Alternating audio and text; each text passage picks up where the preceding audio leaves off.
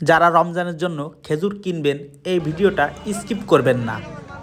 এই মুহূর্তে আমি দাঁড়িয়ে আছি বাদামতলী খেজুর মার্কেটে, ঢাকার সবচেয়ে বড় খেজুরের হোলসেল বাজার। এই বাজারে আপনি পেয়ে যাবেন 40 প্রকারেরও বেশি নামের খেজুর। এই যেমন সায়ের আছে, মাশরুক আছে, আজোয়া আছে, কালমি আছে এবং মারিয়াম, মেডজুয়েল, সুপ্রি।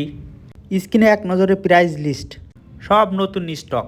রমজান উপলক্ষে গোডাউনগুলোয় মাল স্টক করা হচ্ছে এবং এখান থেকেই বিক্রি করতেছে। দেখেন ছড়া সহ এই খেজুরগুলো আইছে, আর এই প্যাকেটের দেখেন কোয়ালিটি, প্রিমিয়াম কোয়ালিটির সব।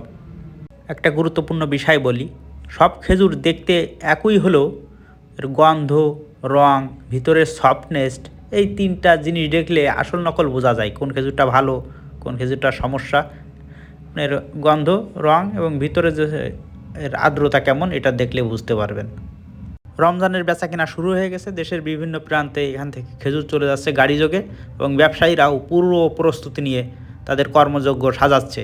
তারা গাড়ি থেকে মাল নিয়ে গোডাউন লোড করতেছে। আমি গতকাল পুরো দিন এখানে ছিলাম, দোকান ঘুরেছি, বিভিন্ন কোয়ালিটি চেক করলাম। আমি যেটা বুঝলাম, এক কথায় রমজান যত আগায় আসবে খেজুরের দাম তত বাড়ার সম্ভাবনা আছে। আপনি যদি চান খেজুর কেনার সময় কি দেখবেন, কোনটা ইফতারের জন্য ভালো, কোনটা গিফটের জন্য মানানসই, কমেন্টে লিখুন। আমি পরের ভিডিওতে বিস্তারিত দেখাবো।